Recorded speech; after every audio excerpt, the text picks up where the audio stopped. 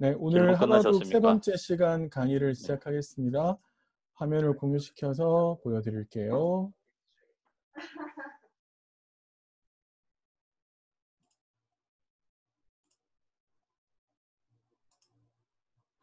네, 오늘 세 번째 시간 우리가 3장에 대해서 같이 이야기를 할 건데, 요 3장의 이야기를 한마디로 말하면 하바국의 고백이라고 볼 수 있고요. 한마디로 하나님이 행하실 일을 내가 기다리겠습니다. 이렇게 이야기할 수 있고요. 그리고 믿음으로 걸음을 내딛습니다. 하바국의 이런 고백이라고 이제 오늘 3장 전체를 이렇게 좀 정리할 수 있을 것 같은데요. 내용을 좀 살펴보면 이제 이야기할 수 있을 것 같습니다. 자, 우리가 처음에 시간에 배웠는데 하바국의 구조를 보시면 처음에 이렇게 돼 있었죠. 하바국이 탄식했잖아요. 유다의 폭력, 탄압, 요게 대해서 하바국이 탄식했고, 그것에 대해서 하나님의 답변이 뭐냐면 갈대 사람을 통해서 징계하겠다라는 게 하나님의 첫 번째 답변이었고, 두 번째 가면 하바국이 두 번째 탄식하는데 요렇게 해가지고 징계하시는 게 정당합니까? 그렇다면 내가 처음에 제기한 요 질문에 대한 대답이 됩니까? 이렇게 따져서 그때 하나님 뭐라고 이야기하시냐면 하나님 말씀은 확실하게 이루어진다라고 하는 대답 하나, 그리고 바벨론에 대해서 화를 선언할 거다, 망할 거다, 악은 망할 거다, 이렇게 대답을 하셨단 말이에요. 오늘 본문이 요거죠. 그러면 보세요. 대답, 탄식, 대답. 그러면 여기 뭐가 나와야 되냐면 구조적으로 보면 탄식이 나와야 되는데 사실 하바국이 반응하는 거면 기도와 결단으로 반응하는 걸로 봐서는 하바국의 생각이 바뀌고 있다라고 하는 것들을 볼 생각할 수 있습니다. 자, 그래서 처음에 보세요. 이의 제기를 해서 답변이 나오고 이의 제기를 해서 답변이 나오면 다시 이의 제기를 해야 되는데 하바국이 이의 제기하는 걸 포기하고 자신의 결단과 기도를 보여주죠. 이거는 하바국의 생각이 바뀌었다라고 하는 것들을 저에게 확인시켜 주죠. 그래서 탄식으로 가지 않고 하나님의 뜻을 수용하고 그 뜻을 겸허히 받아들이는 모습으로 가고 있다. 이렇게 볼 수 있습니다. 자, 그런데 오늘 그래서 저희가 하는 3장 1절부터 20절의 구조는 이렇게 되어 있어요. 자, 처음에 하바국이 기도합니다. 그리고 맨 마지막에 가면 요거는 수금에 맞춘 노래예요 라고 해서 요게 시작하는 말이고 요게 맺는 말이에요. 근데 그 중간에 들어오는 게 뭐냐면 이렇게 되어 있습니다. 보세요. 3장 2절부터 나오는 말, 3장 2절에 하바국이 하나님이 행하시는 걸 듣고 나서 반응하고 그리고 다시 하나님께 대해서 요청하는 장면이 이렇게 나오고요. 마지막에 가면 3장 16절부터 19절 A까지 전반절까지 보면 다시 하바국이 반응하고 결단하는 게 나와요.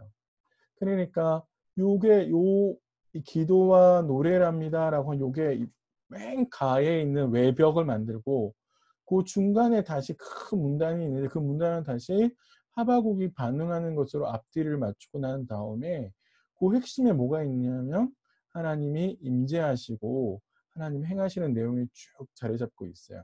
그 하나님의 임재와 행하심에 대한 반응이 양쪽에 하바국에 나오고 한 번은 요청하는 것으로 한 번은 결단하는 것으로 하나님의 긍휼을 구하는 요청이 처음에 나오고 마지막에는 자신이 절연하게 하나님의 뜻을 쫓아서 살겠다라고 하는 내용들이 나옵니다. 이렇게 구성되어 있고요. 그래서 하바국이 사실은 이 전체 우리가 쭉 흘러들어오는 흐름을 비추어서 보면 하바국이 사실 자신의 생각을 바꾸어서 자신의 생각을 깨서 우리 어제 우리 엊그제 육순범 집사님 질문하셨던 것처럼 예레미야의 생각과 똑같이 가는 겁니다. 그러니까 이 모든 것들이 하나님의 주권 안에서 하나님이 결정하신 일이다라고 하는 것을 받아들이는 모습으로 간다라고 볼 수 있습니다. 자, 그래서 이제 문단을 하나씩 하나씩 좀 뜯어서 같이 좀 보도록 하겠습니다. 첫 번째 이렇게 시작이 3장 1절인데요. 이렇게 이야기하잖아요. 시기온옷에 맞춘 선지자 하바국의 기도다 이렇게 이야기했는데 시기온옷이라는 말이 정확하게 뭔지는 잘 몰라요. 모르는데 아마 이거는 시편 같은 데 보면 노래 시편을 이제 노래라고 이야기를 했는데 그러면 이제 음률적인 표현들이 굉장히 많이 나오는데 이것도 시기온도 아마 음률을 나타내는 표현이 아닌가라고 학자들이 추정을 합니다. 왜냐하면 19절에 가시면 노래라는 말이 나오거든요. 그러니까 아마도 요거는 이제 노래의 어떤 음률을 나타내는 표현인 것 같고요. 그리고 이게 거의 성전 제사, 성전에서 제사 드릴 때 썼던 노래가 아닐까라고 추정을 합니다. 학자들은요. 하여튼 그것에 맞추어서 기도하는 것인데 사실 기도라고 하면 3장 1절부터 19절에 있는 내용들을 쭉 살펴보면 이게 기도인가? 우리가 생각하는 기도하고 약간 다른데?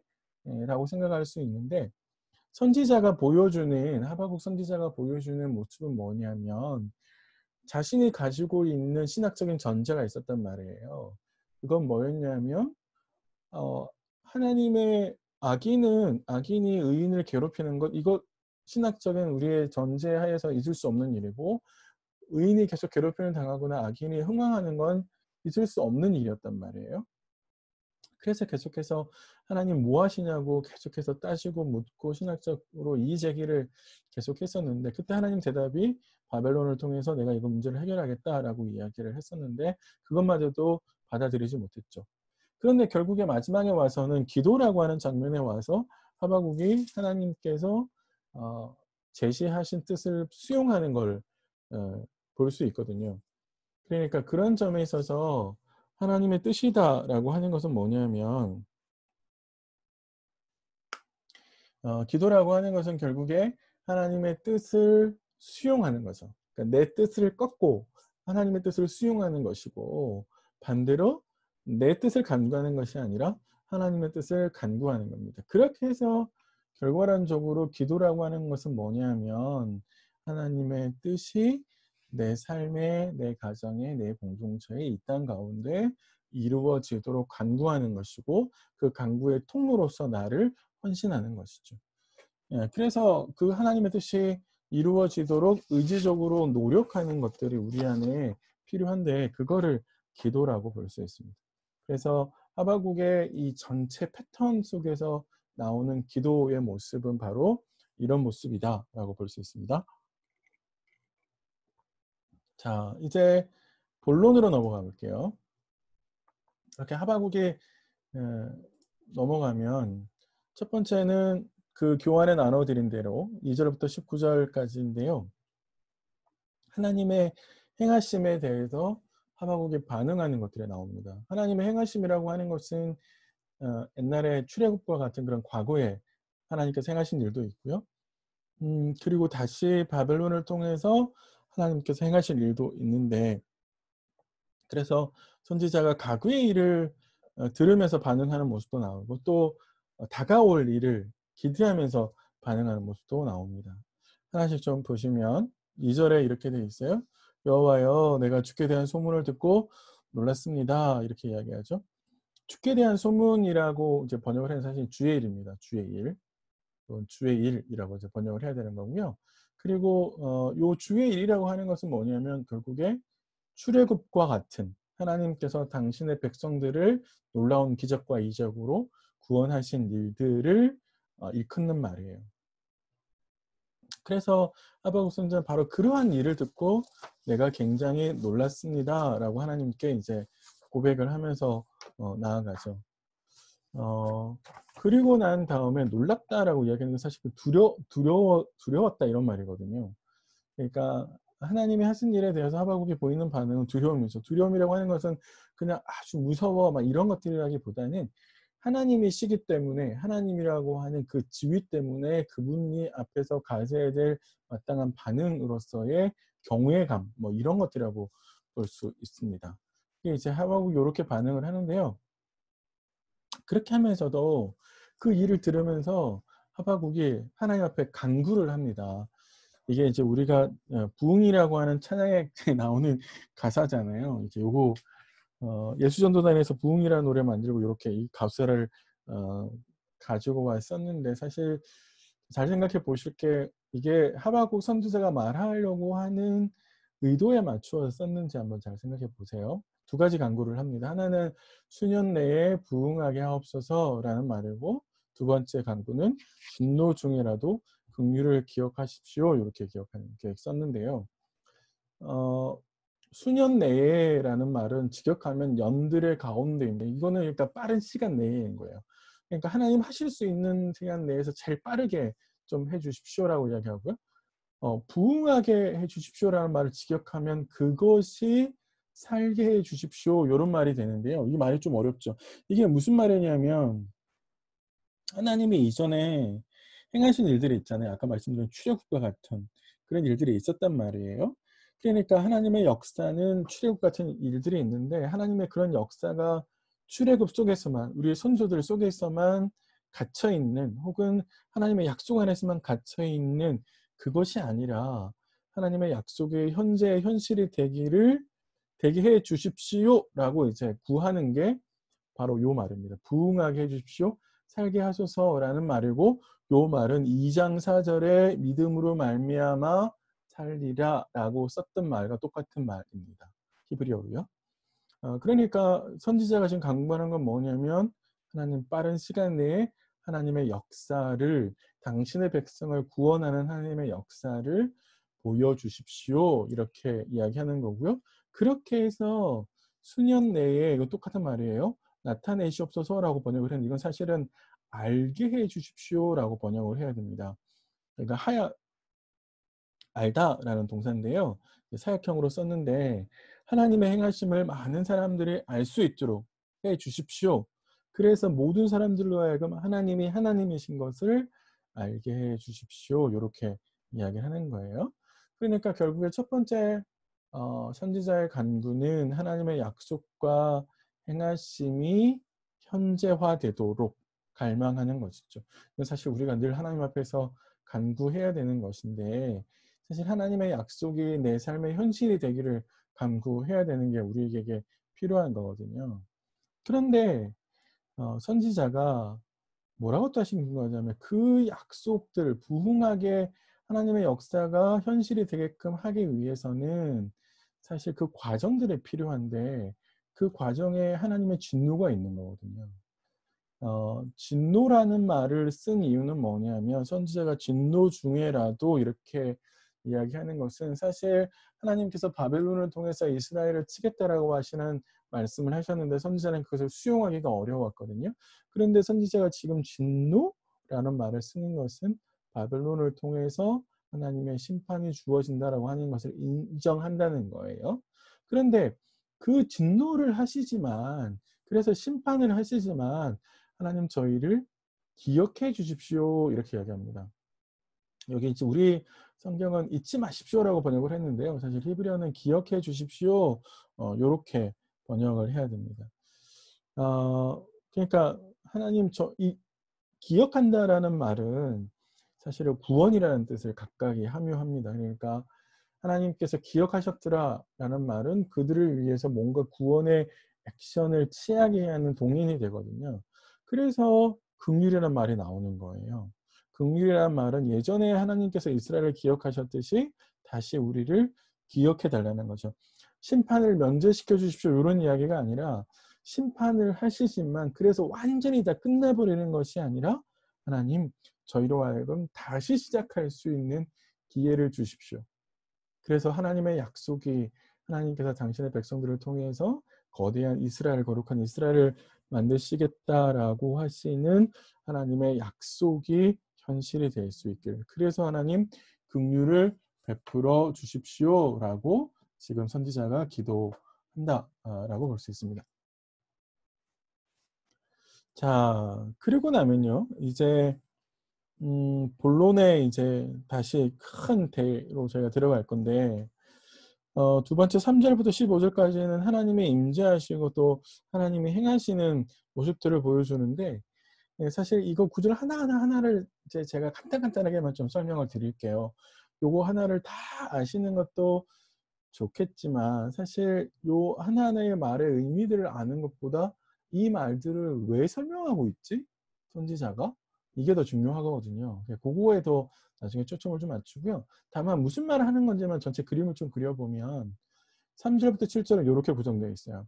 잘 읽어보시면 하나님이 오고 계실 때 무슨 일이 일어나는지를 이렇게 쓰고 있고, 다시 하나님이 오셔서 서시고 딱 완전히 서시고 그 자리를 잡으시고 또 보셨을 때 그때 수반되는 일이 뭐냐라고 하는 것들을 나누어서 설명합니다. 그러니까 3절부터 7절까지는 처음에 뭘 보여주냐면 하나님이 현현하실 때, 하나님이 시내산에 오셨을 때 기억나시죠? 그때 어떻게 됐습니까? 막 천둥 번개 막 그 구름이 가득 이렇게 메우고 막 굉장히 그런 자연 현상들이 일어났잖아요. 그게 하나님의 오심을 알리는 거거든요. 요런 일들이 일어난다라고 하는 것인데, 첫 번째 이렇게 되어 있어요. 3절에 보시면 하나님이 현현하신다라고 하셨을 때 대만에서부터 오시고 거룩한 자가 바란에서부터 오시는도다라는 말은 올라오고 계신다 이렇게 이야기하는데요. 대만은 에돔의 수도고요. 바란은 이스라엘 남쪽 그리고 에돔으로 보면 서쪽에 위치한 광야예요. 그런데 이게 그냥 성경에서는 하나님의 현현이나 하나님의 임재를 드러냈을 때 특정 장소를 지칭해서 쓰는 용어들이 꽤 많이 있거든요. 그러니까 진짜 하나님이 에돔에서 오시는 이런 말을 나타내는 게 아니라 하나님이 오고 계신다라고 하는 말들을 이렇게 관용적으로 이런 표현들을 써서 썼다라고 볼 수 있습니다. 자, 그때 어떤 일이 일어나느냐라고 하는 건데요. 이건 뭐 다 아시는 거죠. 영광과 찬송이 온 세계 온 땅에, 그건 하나님의 왕으로 세상에 임하시는 것을 보여주는 것이고, 재미있는 거는 이제 여기 역병하고 불덩이라는 말이 재미있는데, 이게 이제 5절에 나오잖아요. 5절에 역병이 그 앞에서 행하며 불덩이가 그의 발밑에서 나오는 도다 이렇게 돼 있어서 이게 약간 이제 약간 그러긴 한데, 이게 사실은 히브리어로 보시면 이게 명확하게 좀 드러나는데요. 히브리어로 보시면 역병이라고 하는 것 그리고 불덩이라고 하는 것, 특별히 불덩이라고 하는 말들이 요거는 히브리어로 레셰프인데 요거는 애굽이나 그 근동 주변에서 알려진 신의 이름이에요. 그러니까 아마도 요 불덩이가 신의 이름으로 썼으면 역병도 신의 이름으로 쓰여질 가능성이 많고요. 그러면은 어떻게 번역을 할 수 있냐면 5절을 직역하면 데베르가 그의 앞에서 행하고 레셰프가 그의 걸음을 따라 나온다 이렇게 번역할 수 있어요. 그러면 요 데베르라고 하는 것, 데베르, 레셰프는 신의 이름이니까 하나님 어떻게 오시냐면 고대 근동의 진짜 신들이라 여겨졌던 사람, 신적인 존재들을 수행원 삼아서 행하신다는 거예요. 그러니까 사실은 그런 이들은 가짜라고 이야기할 수 있는 것이고 하나님의 수종드는 신들에 불과하다라고 볼 수 있습니다. 그리고 진짜 하나님이 그렇게 해가지고 오셔서 보실 때 그때 어떤 일이 일어나느냐라고 하는 걸 6절과 7절에 이야기하는, 6절은 좀 번역이 저희 번역이 약간 이렇게 약간 어색하고 정확하지 않아요. 이렇게 번역해야 됩니다. 하나님이 서셨다. 그래서 땅을 흔들리게 하셨다. 하나님이 보셨다. 나라들이 뛰어오르게 하셨다. 이렇게 이야기되는 건데요. 고대 세계에서의 땅이라고 하는 거는 그 영원하거든요. 흔들리지 않는 존재가 땅이나 산으로 이렇게 묘사되는데, 근데 사실은 이것들이 흔들렸다, 뛰어올랐다라는 말은 사실 세상에 영원한 건 아무것도 없는 것이고 오직 하나님 한 분만이 영원하시다라고 하는 걸 이야기하는 거고요. 두 번째요. 그의 행하심이 예로부터 그러하시도다 라고 번역을 했는데 요거 이렇게 번역해야 됩니다. 영원한 행차가 그분의 것이다 라는 말은 사실 땅과 산, 나라들이 영원한 것이 아니라 누가 영원한 거라고요? 하나님이 영원하시다 라고 이야기하는 것이고, 마지막으로 구산의 장막과 미단의 땅의 휘장을 언급하는데 이게 정확하게 어떤 의미인지는 찾기 어렵지만 요 사람들인 곳은 다들 광야고 요 광야에서 유목민으로 생활하는 거거든요. 그래서 얘네들이 살고 있는 광야마저도 흔들릴 거다라고 이야기를 하시는 것처럼 보입니다. 자, 그러니까 결과론적으로 세상에 하나님이 오셨을 때 세상에 영향을 받지 않는 곳은 없다. 창조세계 전역이 하나님의 임재와 관련해서 영향을 받을 수밖에 없다라고 하는 것을 이야기한다고 볼 수 있습니다. 네, 그러니까 요거는 뭐 하박국이 이제 하나님이 행하시기 위해서 오셨을 때 세상의 모든 곳에서 영향을 미치게 되고 또 흔들리게 되는 걸 본다라는 말들은 뭐 욥기에서도 나왔고요. 또 몇몇 성경 구절에 그런 이야기들이 나옵니다. 네, 요거는 좀 빠르게 넘어갈게요. 그다음에요.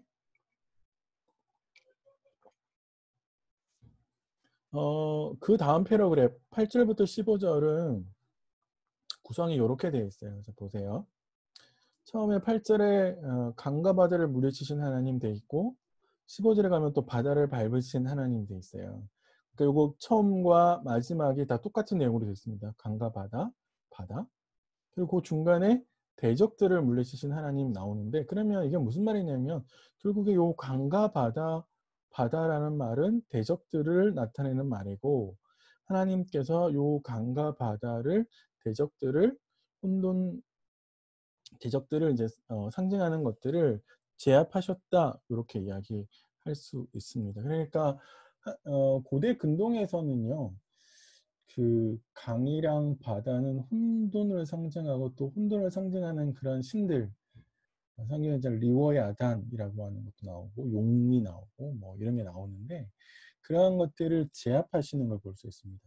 그래서 히브리어의 구약에서의 창조의 개념은 제가 예전에 한번 말씀드렸는데 무에서 유를 만든 그런 개념이라기보다는 혼란과 무질서를 질서와 체계로 잡아가시는 게 하나님의 창조 사역이게 볼 수 있고요. 그래서 8절부터 15절은 그런 하나님의 창조 사역의 모습들을 굉장히 잘 보여줍니다. 자, 그리고 요 중간에는요. 중간에는 요 대적들을 물리치는 것들이 한 번은 비유적으로 한번 표현하고 또 다른 한 번은 사실적으로 표현합니다. 좀 이따 보시면 알 거고요.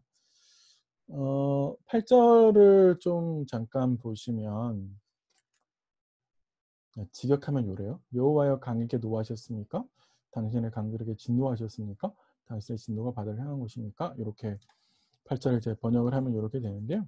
한마디로 말하면 제압하셨다라는 말입니다.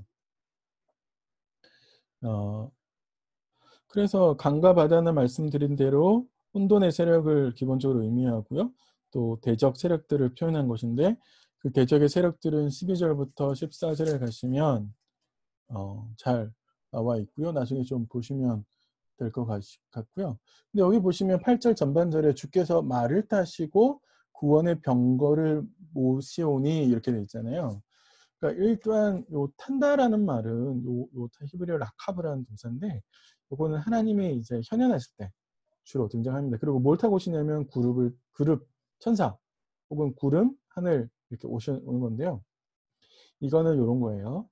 말과 병거를 타고 임하시는 하나님은 당신의 백성들을 위해 전사로 임하시는 하나님을 보여주는 겁니다.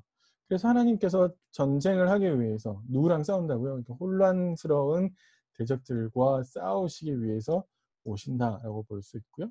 그 대적들을 제압하시는 하나님이 9절부터 14절에 나오는데 한 번은 9절부터 11절은 비유적으로 비유라는 말은 이제 조금 더 볼 수 있으면 강, 땅 뭐 이렇게 표현되는 거고요. 12, 14절은 직접적으로 사실적으로 걔들을 대적들을 묘사합니다. 그렇게 어렵지 않은데 사실 이 히브리어들을 좀 번역하고 그 번역한 말들을 우리가 좀 이해하기가 그렇게 쉬운 게 아니어서 그런데요. 그렇게 썩 이게 이 말을 하나하나 아는 건 그렇게 중요하지 않은데 그래서 한번 볼게요. 9절은 이렇게 번역할 수 있습니다. 주님께서 활을 꺼내시고 살을 메우시며 힘껏 잡아당기십니다. 그래서 그 결과가 어떻게 되냐 이렇게 되는 건데요. 요거는 무슨 말이냐면 전투 준비를 하셨다는 것이고 곧 전투를 개시하셨단 말이에요. 그래서 그 결과가 어떻게 되냐면 강들로 땅을 가르신 거예요. 이게 강들로 땅을 가르셨다라는 말이 무슨 말인지 명확하지 않아요. 이게 처음에 하나님께서 창조하셨다. 창세기 1장 2절부터 나오는 그걸 이야기하는지 아니면 2장 너머에 가면 에덴에서부터 발원된 4개의 강들이 나오는데 그걸 이야기하는지 잘 모르겠는데 어쨌든 아마도 요걸 이야기하시는 것은 하나님께서 혼돈과 공허를 바로잡으신 하나님의 사역들을 이야기하시는 것 같아요. 왜냐하면 대적들은 늘 혼돈을 부추기거든요. 그래서 하나님이 그 강들을 땅으로 막으시고, 두 번째는 산들과 많은 물들을 흔들리게 하시는데, 요 흔들린다라는 말은 여인이 해산할 때 쓰는 말이에요. 창수가 넘친다라는 말은 홍수에 때 쓰는 말이고, 바다는 혼돈을 상징하고, 그 바다가 소리 지른다는 말은 바다가 물결을 치잖아요. 파도를 치잖아요. 그때 만드는 소리를 묘사하는 것인데, 결국 사람들이 영원할 것 같아 보이는 것들이 흔들리는 모습을 이야기하는 거고요. 해와 달도 마찬가지입니다. 천체는 영원할 것처럼 보이잖아요. 그리고 광명들이기 때문에.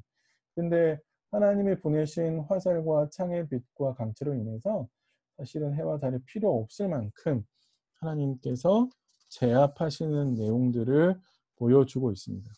사실 이런 것들을 통해서 하나님께서 말하려고 하는 바는 뭐냐면 결국에 이거예요. 여호와의 행하심과 능력과 그 능력이 세상에 얼마나 크고 놀라운 변화를 일으키는지를 보여준다니까, 하나님이 그만큼 능력이 많으신 것이고, 하나님의 능력이 많으신 하나님께서 오셔서 이야기하시면 세상이 얼마나 변화를 일으키는지를 보여준다라는 것입니다.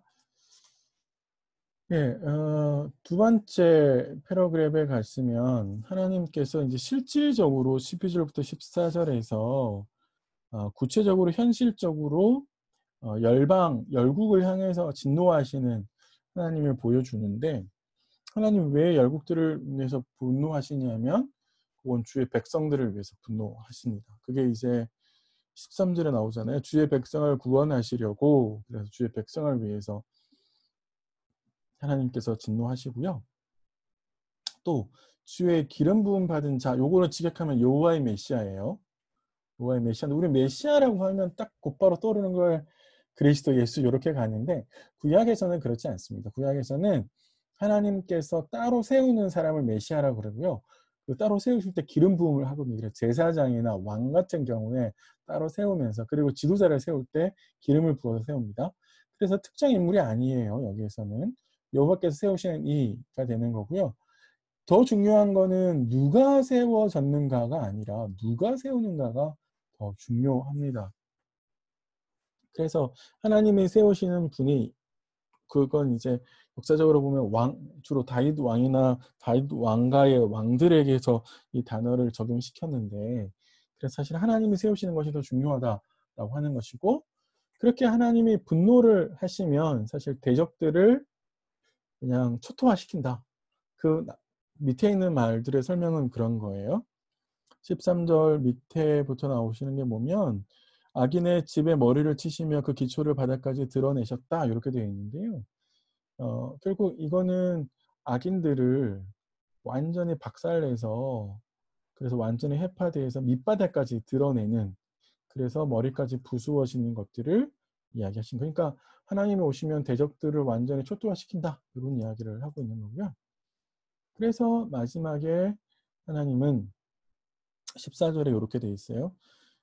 그들이 해오리 바람처럼 이르러, 이렇게 쭉 번역을 했는데 14절 번역은 이렇게 해야 돼요. 은밀한 곳에 있는 가련한 이를 삼키려는 듯이 그의 용사들이 기뻐 날뛰며 저희를 흩으려고 들이닥쳤지만 당신께서 당신의 화살로 그들의 머리를 꿰뚫으셨습니다. 뭐 이게 무슨 말이냐면, 그 대적들이 의인들을 삼키려고 왔지만 그거를 누가, 하나님께서 하나님의 화살로 그들의 머리를 꿰뚫었다, 이렇게 번역해야 됩니다. 이 은밀한 곳에라는 말도 우리 개역개정 성경에는 가만히라고 번역을 했는데, 이거 은밀한 곳으로 번역해야 되고요. 그리고 그 밑에 창이라고 번역을 했는데 이건 화살이라고 번역을 해야 되는 단어입니다. 근데 대결의 구도를 좀 보시는 게 필요한데, 저희라는 말은 여기 하바국을 비롯한 하바국과 같이 하는 사람들을 말하는 거니까, 그 대적들과 하바국, 그리고 대적들과 하나님의 대결 구도예요. 그래서 제가 계속해서 앞에서부터 말씀을 드렸는데, 하바국이 단순하게 유다와 바벨론이라고 하는 구도를 이야기하는 것이 아니라 의인과 악인의 구도를 이야기하는 거라고요. 그래서 악인은 유다 내부에도 있을 수 있고 유다 외부에도 있을 수 있죠. 유다 내부에 있는 사람들은 강포를 행하는 사람들이고, 유다 외부에 있는 사람은 바벨론이에요. 그래서 하박국서는 기본적으로 의인과 악인의 대립을 기본으로 행하고 있습니다. 자, 그래서 다시 물을 밟으신 하나님의 모습이 마지막에 나옵니다. 이거 아까 처음에 우리 3장 8절에 했던 거가 똑같다고 말씀드렸죠. 그래서 15절에 주께서 말을 타시고 바다 곧 큰 물의 파도를 밟으셨습니다. 이렇게 되는데요. 밟다라는 말은 정복한다라는 거예요. 그러니까 하나님께서 대적의 세력들을 정복하셨다라는 것이고, 큰 물은 뭐냐면 종종 열방을 비유해 쓰기도 하고 바벨론도 비유해 쓰는데, 이것들이 공통적으로 상징하는 건 뭐냐면 어려움과 공경이에요. 하나님의 사람들을 삼키려고 하는 어려움과 공경을 상징하는 겁니다. 제가 아주 빠르게 3절부터 15절까지를 쭉 설명해 왔는데요. 사실 그 중간에 세부적인 내용들을 하나씩 하나씩 다 살펴보는 거 참 중요하고 필요한데, 사실 그것보다 더 중요한 건 뭐냐면 이거예요. 왜 하나님이 인재하시고 능력을 행하시는가? 그 3절부터 15절에 있는 이야기를 하박국이 왜 그렇게 길게 썼는가라고 하는 것이 더 중요합니다. 그 이유는 뭐냐면 이거예요. 초자연적 현상, 강력하고 놀라운 위엄과 영광을 보여주려고 그거 아니라는 거예요. 하나님의 현현을 다루는 구약 본문들은 하나님이 왜 그의 백성들 가운데로 오느냐라고 하면 그 백성을 돌보시는 하나님이시라고 하는 것을 보여주기 위해서, 그리고 가난한 자를 지키시는 하나님이라고 하는 걸 보여주기 위해서라는 거예요. 자, 그러면 하박국이 처음에 하나님, 의인들이 이렇게 고생하고 악인들에게도 그렇게 짓밟히고 있는데 하나님 도대체 뭘 하시나요? 하나님 그렇게 가만히 계시는 거, 침묵하시는 거 직무유기 아니신가요? 라고 이야기를 했는데, 질문을 했고 이의제기를 했는데, 하나님이 너 그거 하지 말고 너 그냥 믿음으로 살아야 돼 라고 대답하시면서 하나님께서 악인들을 치시는 걸 이야기를 하시는 거잖아요. 그건 뭐냐면 결국 하나님이 가만히 계시는 것이 아니라 하나님은 때가 되면 그의 백성들을 돌보시기 위해서, 지키시기 위해서, 당신의 말씀대로 살아가는 의인들을 지키시기 위해서 오신다라는 거죠. 그것이 바로 하나님께서 지금 이렇게 3절부터 15절에 아주 길게 썼던 이야기입니다. 네. 자, 첫 시간에 이제 여기까지 좀 잠깐 살폈습니다.